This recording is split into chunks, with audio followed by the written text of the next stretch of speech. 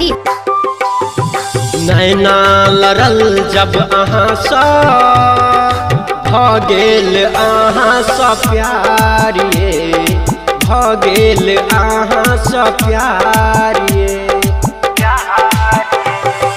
नैना लड़ल जब अहाँ सा भ गेल अहाँ सा प्यारिये, भ गेल अहाँ सा प्यारिये। दिल के हमर बगिया खिल गेलिए, दिल सा जखन दिल मिल गेलिए। बांधल अपन प्रीतक डोरी, आब नहीं करब इंतजार ये, भ गेल अहाँ सा प्यारिये।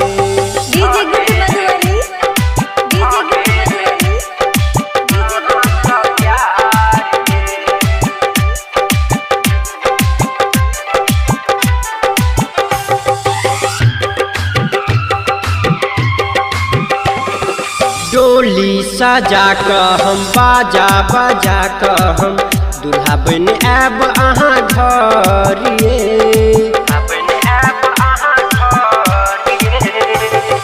डोली सजा कर हम बाजा बजा कर हम दूल्हा बन आब अहाँ घर ये।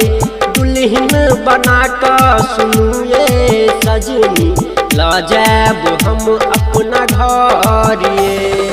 मुखरा अहाँ के देख सजनी, खिल जाए चांद सितारे। भ गेल अहाँ सा प्यारिये।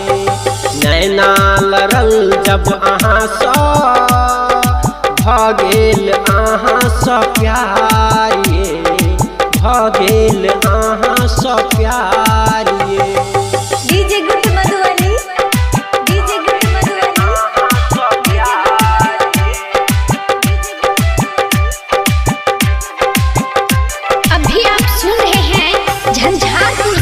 मिथिला रिकॉर्डिंग स्टूडियो की शानदार प्रस्तुति। जिंदगी के सुख दुख रहबे हम भूख रूख, संग ही बितेबे परिवार ये।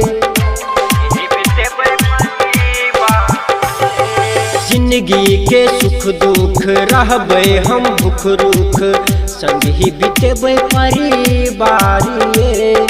जिंदगी के साथी अहीं छिए सजनी, स्वर्ग जेना संसार ये।